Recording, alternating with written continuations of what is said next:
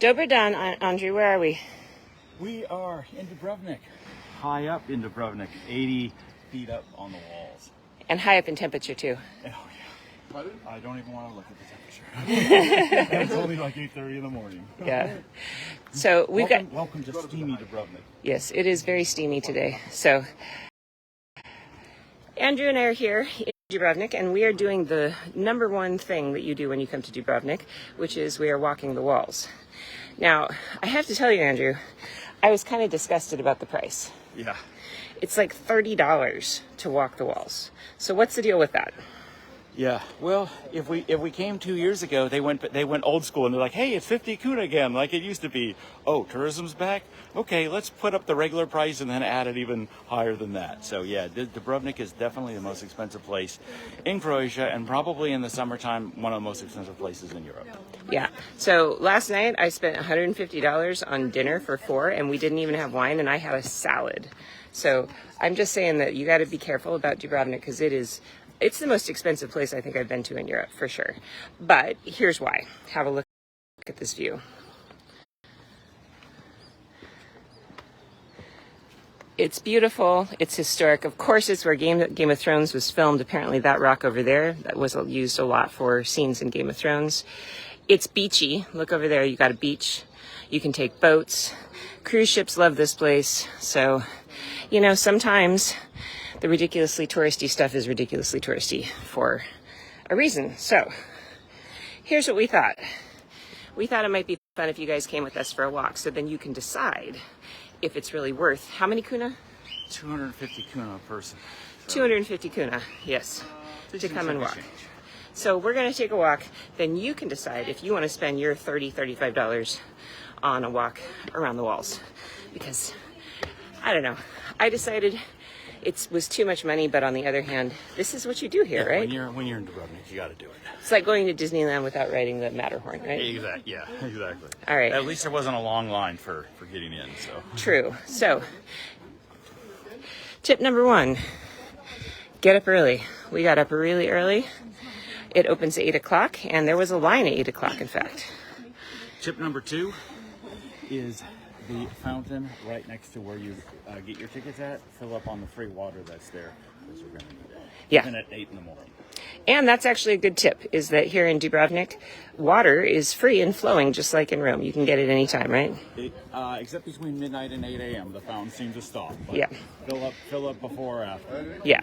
So all the public fountains have tap water that you can drink. Also, if we're in a rental, an Airbnb, and the tap water there is free and potable. So let's go for a walk.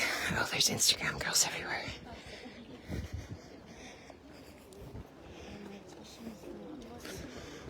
This is one of the most annoying travel trends, is that everywhere you go, there's Instagram girls.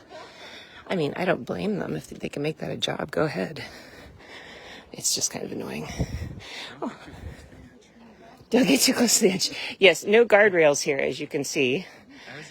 As usual. Like, just be smart, because otherwise it's not our problem. When you buy the ticket, you imply that you signed the waiver form. Yeah, exactly. So you get to peep into everyone's lives. I was just going to say, you can be kind of an elegant peeping Tom in a way. Look at these gardens. I was just telling Andrew, like, what if you bought this cute house with this beautiful garden and you moved in, and then you realize that there's like 500,000 people every day who come and stare at you while you eat your breakfast in your garden. Maybe not. Maybe not. And what you see on the walls, this is a non-cruise ship day, or at least if there's a cruise ship in port, they haven't come here yet. So this is actually very, very light for July. And in fact, there's no cruise ship here. So. Well, and that's an interesting point, too, because as it used to be for Venice, and I'm pretty sure for Dubrovnik, you can actually look up the cruise ship schedule, and you can plan your stay around when there is not a cruise ship in town. Yes, and they've gone down. I think they've gone from 900 a year to 300 a year, and this year most of those 300 are at half capacity. So it's a huge difference from 2019 and before. Yeah. Thanks. So up here on the walls, the guard towers have now been converted into bars where you can get overpriced drinks. Cash only. Cash only, no cards. Oh, look, that's so cool. So most of you know these walls from Game of Thrones, I think, because they filmed it here. Even though what I think is very funny is that because the Game of Thrones ended so badly, we do not speak of it anymore, at least in my family. How about you? We don't speak of it. So I watched it after the show was over, and I never listened to everyone chit-chat about what they liked or didn't like, and I didn't read the books. So I was actually fine with how it ended. I think it's the only like super popular series ever where after the series ended, like nobody ever wanted to talk about it again because it was just such a bad ending. So we do not speak of it in my family. But there still is a lot of Game of Thrones tourism here, wouldn't you say? Oh yeah, and shops like yeah. Throw a rock and there's a Game of Thrones. One of these days they're gonna get. Yeah, they're gonna realize one of these days nobody wants to dress up as Daenerys anymore, right? Yes, and please, if you're out there, don't get drunk. Take off your clothes and do the walking. Oh, that's a thing. Apparently, we heard that from our local guide yesterday, Yvonne, who was great. We'll have to put his contact information up for you. But yeah, he said that that's a really common thing. They've outlawed walking naked through the streets of Dubrovnik because people do the walk of shame from the show. Which, yeah, you would think we would think well, you wouldn't have to make a law for that. But in Croatia, like stupid stuff starts happening, and then the mayor's like, okay, well, if we put this law up and we put some signs up about it, maybe it'll actually stop. So yeah. Yeah. Well, but actually with this heat, I would do it for that reason, just because I'm really hot. I wouldn't do it just to do the walk of shame, but you know. I would be wary of some bad sunburn. So yeah. No. I've done the walk of shame, just not here, and with clothes on. So you know. Here you go. You can do your own version of the walk of shame. So here's an island out here that the kids and I and Andrew are probably going to go check out today. What's this island called? It's called Lokram. Lokram, yeah. And it also was featured in some Game of Thrones episodes.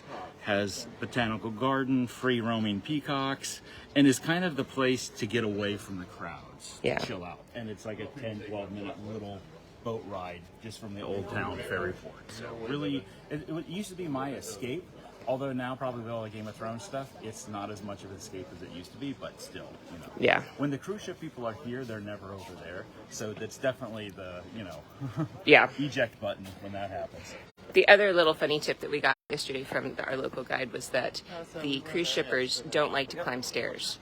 So if you are in town when there are cruise ship people here, just go up the stairs. There's stairs on either side of the town and go wander the upper streets because they don't climb stairs. Yeah, exactly. They only just stay in that little, like radius of the flat area, which isn't very big. It's like the main street and a few other areas. So there you go. You can have Dubrovnik to yourself if you just climb stairs. So yes. Oh, yeah. And the other tip I'd say doing the Airbnb thing is check to see, or booking is like if they give you an elevation like, hey, this is X amount of steps up. Yeah. Because when you look at a map, they're like, oh, it's right off the main street. But then you don't notice you wouldn't know how many stairs you might have to climb.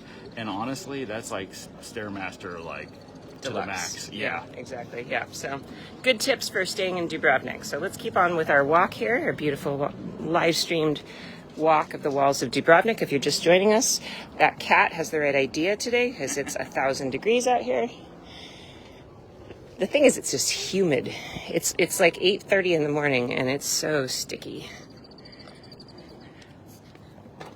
I want to be on that boat, I think. So there are boat excursions too, right, Andrew? There's boat excursions. There's you can do rent a boat for like a group of just like 8 people. Do speedboats. There's 3 little islands all on a row north of Dubrovnik. That's a great full day trip, and you could stop at each island.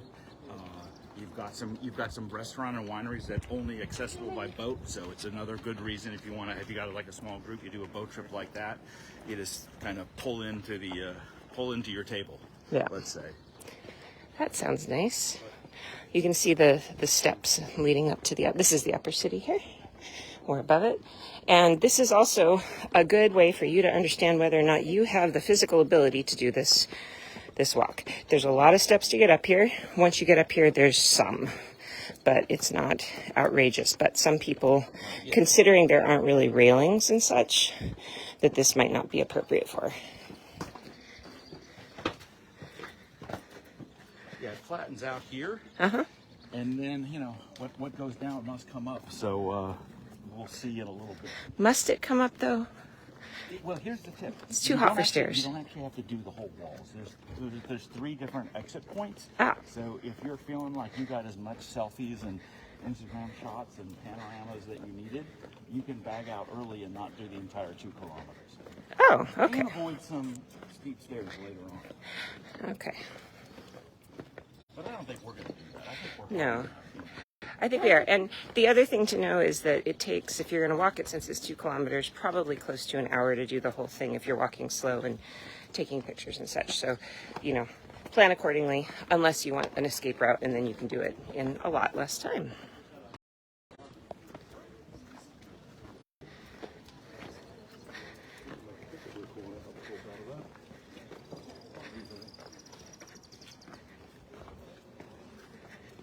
Beautiful. So this is not very crowded, I imagine, right, Andrew? If it wasn't so darn hot, this is about as much as you could really ask for. Yep. For early July. Yep. We didn't get any cruise ships yesterday, so, and I don't know about today. So the first time I was here was January of 2000, so 22 and a half years ago. And my friend and I think there was like the two of us, because I looked through my old photos, there's like the two of us in the photos and like maybe one random person in the background. Wow. And I don't know what the walking the walls was back then, but I'm guessing it was like 25 kuna or something like that. Just 50 cents. Yeah, it was like 90% cheaper than what it is now. So what else have you seen change in Dubrovnik over the past 22 years? Well, everything. Prices, the amount of, I mean, there was no cruise ships here back then because it was still like just gotten out of the war basically, and there's no Game of Thrones or Star Wars, all these other things. Yeah. But I'll say this actually, in recent years, despite pandemic and despite prices, there's better things on offer to eat here. Before it was like, man, you gotta really, really know your place because you're gonna pay a lot anyway. Yeah. And then usually you're paying for just mediocrity. So there's better places, even the place we went last night. Like, it was a Bosnian restaurant, and if you took our money and went to Bosnia, you'd eat for a week there for what we ate. Yeah, it was way overpriced at $150. But I will say it was really good. It was really good, Yeah. and that menu beats the pants off of like most menus you'd come across if you actually went to Bosnia. Yeah, it's true. So like that's good. Like I think they at least know like, hey, that the people who are gonna stay here, like they actually want something for the ridiculous amount of money. Yeah, so they've upped their game. I mean, heck, we actually had really good Mexican food the other night. We did. So I guess the question is, considering how expensive it is to come to Dubrovnik, actually the hotel wasn't that bad. The Airbnb was like $150 a night, Yeah. which is, I mean, for Eastern Europe is crazy, but that's not, out of the question. Considering how expensive it is to come, do you still think it's worth it? Yes. Look, I went through that period before the pandemic of like 5 or 6 years before pandemic where I'd be like, and I'm my tour ends here. Have a nice couple of days. Here's the local guide. Like I don't want to be based in Dubrovnik. Yeah. I just want to like take a siesta somewhere else and have dinner with everyone and say goodbye. And last year I came back here a couple of times as groups in the middle of the summertime, and I thought, oh, this is gonna kill me. You know what? It was awesome. Yeah. It was awesome. It was like, yeah, it's like, you know what? It's kind of hot. It's a little crowded, but it's not too bad. And after like 5 years of not really seeing the city, like with really kind of open eyes, like, yeah, I mean, like you can't get this. There's other walled places, but it's not the same. The walls here are, I mean, even me, I'm jaded. How many years have I been a tour guide? And I've seen everything. The walls here were breathtaking when I saw them the first time. So yeah, the walls are super impressive. There's all sorts of like little concerts going on in the evening. I mean, like you sit down at the docks and have an ice cream at night, and you just like listen to music. Yeah, it's a cool vibe, and you like more of a party vibe, I would say. Yeah, but like you don't like. There's other places if you just want to chill. There's other places if you just want to see some history things or just eat. But Dubrovnik's got the vibe you want to like at night. If you're with someone or with your friends, this is the best place in Croatia to have that hangout. Yeah, fun vibe. That was so noisy. We'll have to take you guys for a walk tonight and just kind of show off how lively it is, because it's sort of like Venice on steroids. Like everybody's out at bars and having fun and laughing, and there's music, and yeah, it's really kind of a party atmosphere, which may or may not be for you. I don't know. I will say this though, our Airbnb has amazing windows. because I can shut those windows and I can't hear a thing. Oh, that is nice.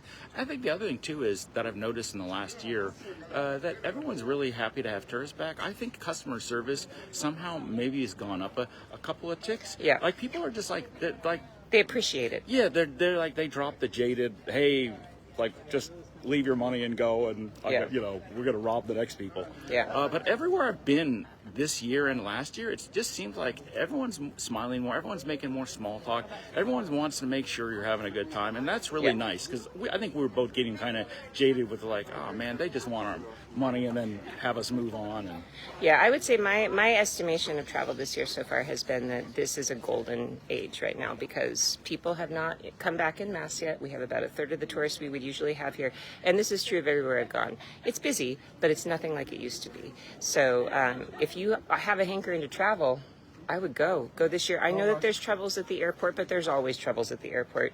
Just plan an extra day on either end to make sure you get where you're going.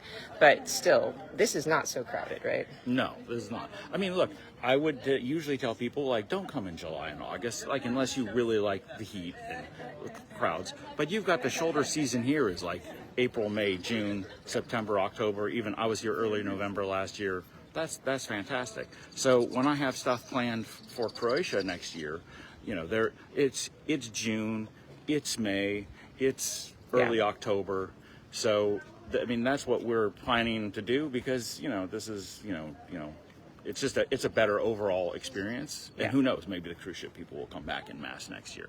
But like that's what I do. I mean, Sarah, like you know, because you know me for forever. It's like I started here, like, hey, Slovenia's great, Croatia's next door. I'll just start running tours there. And it's like these are the places that I've been coming to for 22 years. So I'm proud that I can say, like, yeah, like I came here when there's no Game of Thrones, when there was no cruise ships, when people were like, isn't Dubrovnik still getting shelled, you know, or isn't Sarajevo still like whatever? Isn't there still a war going on? And you know, and obviously you can see from here.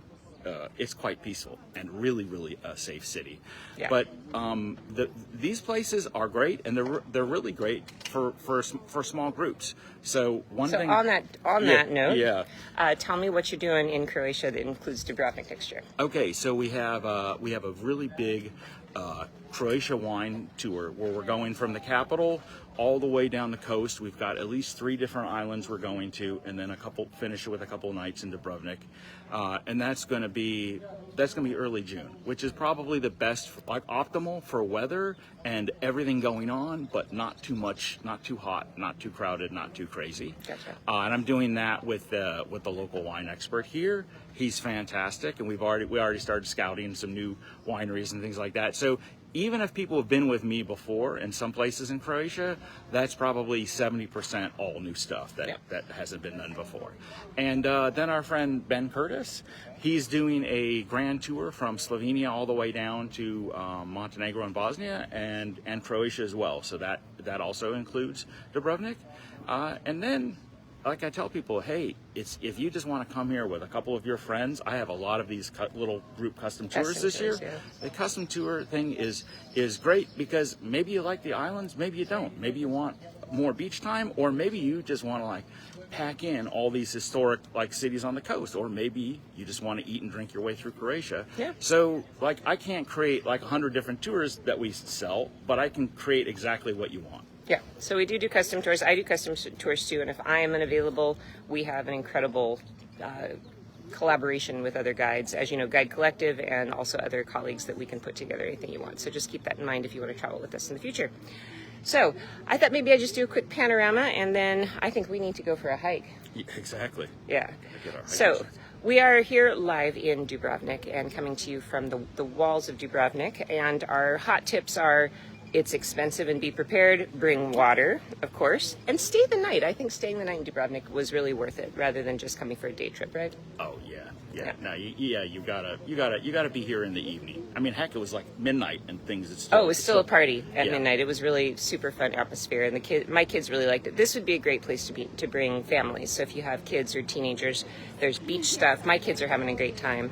So even little kids, teenagers, this is a good family destination. Yeah, and if you're thinking, gosh, it looks great, but everything's too expensive in the old town to stay at. Yeah, there's a town like 10 kilometers away, they have water taxis like every half an hour, and that's like more like if you got little kids and you want to be next to the beach, and then you just pop in every time. You could probably stay to midnight and take like the last ferry back. So, you know, there's always plenty of options around. Yeah, exactly. So, all right, friends, I'm going to do a little panorama here so you can see what we're looking at. Beautiful, beautiful view. Wish you were here. Look at that. Look at the jet skis. Geez, we should have done that this morning, Andrew. What are we thinking? That looks like a lot more fun. Live stream. I don't know what could go wrong with that. I know. Oh, wow. Look at that. That's got to be a terrible restaurant, but wow, look at the view. Have you eaten there? Yeah, so that's when you last tip, when you walk around the walls, you'll just see a sign that says like cool drinks, great view. Yeah. And that's where you go. And I think actually that's where we need to go later today. Wow. Yeah. That's an amazing, amazing spot. Look at this. And there's the sightseeing boats that we mentioned earlier, so you can go out and see islands. So yeah, you could even do a staycation here. I mean, that might be exhausting with all the crowds, but I would say this warrants at least 2 to 3 days, right? Yeah, I think a staycation you could do, just not in the middle of the summer. Not in the middle of the summer. All right. All right, my friends. So we're gonna take off and keep walking. So I hope those tips help you if you're planning a trip to Croatia. Also, keep in mind that you know that Andrew and I are like the brain trust as far as travel planning goes. We do travel consultations. So if you guys want just us to help you plan your own personal vacation, you can hire us hourly to help you plan that and give you all of our hot tips. But otherwise, I think we're going to start writing city guides.